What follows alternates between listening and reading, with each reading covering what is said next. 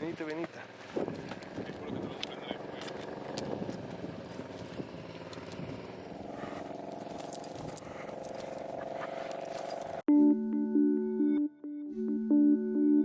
Dopo il terribile anno passato con i limiti della pandemia, ritorno oggi finalmente sull'amato Lago Rai con Daniel, Elena e l'immancabile Mu per percorrere il famoso e bellissimo Trodo dei Fiori, che parte dal Passo del Brocon a 1606 metri nella sua parte più settentrionale, per giungere ai 2050 metri del Colle del Boia, lungo una panoramica cresta che ripercorre la linea del fronte della Prima Guerra Mondiale.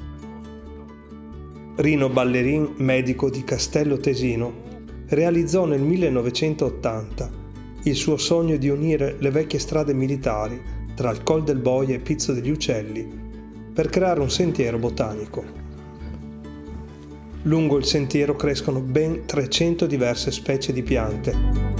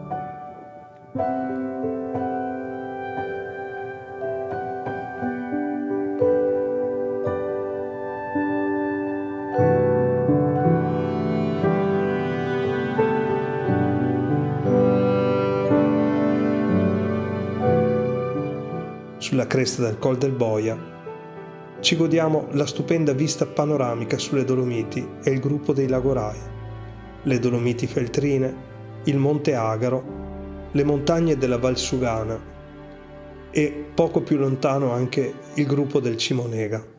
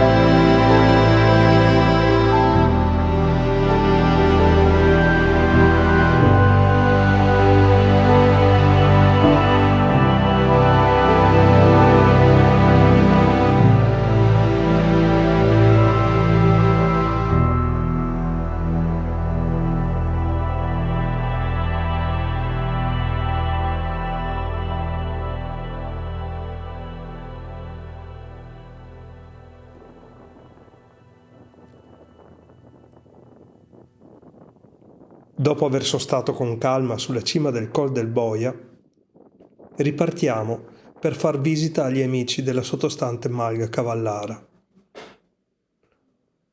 Non scendiamo sul sentiero, ma sul fianco erboso a sud del monte, ripido ma sicuro, e con lo sguardo costante al magnifico panorama. Incontriamo anche la galleria di servizio della linea austriaca proprio sotto le trincee ancora ben visibili, e troviamo pure una grossa scheggia di mortaio.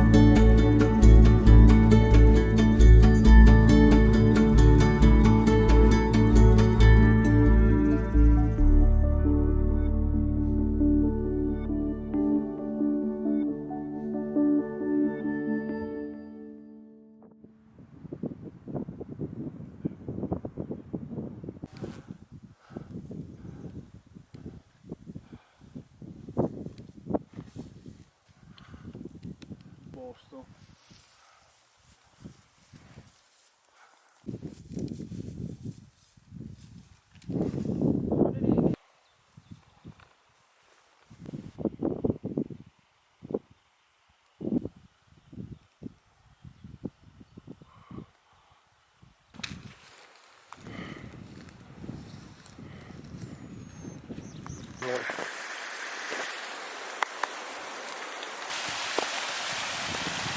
Allora, nessuno ci obbliga.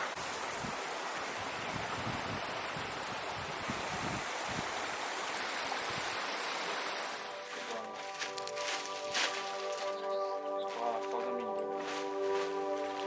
Il casale. Non ci sono ancora. Ah, giù a Feltre. Sì. No, perché quest'anno è in ritardo un po' la stagione.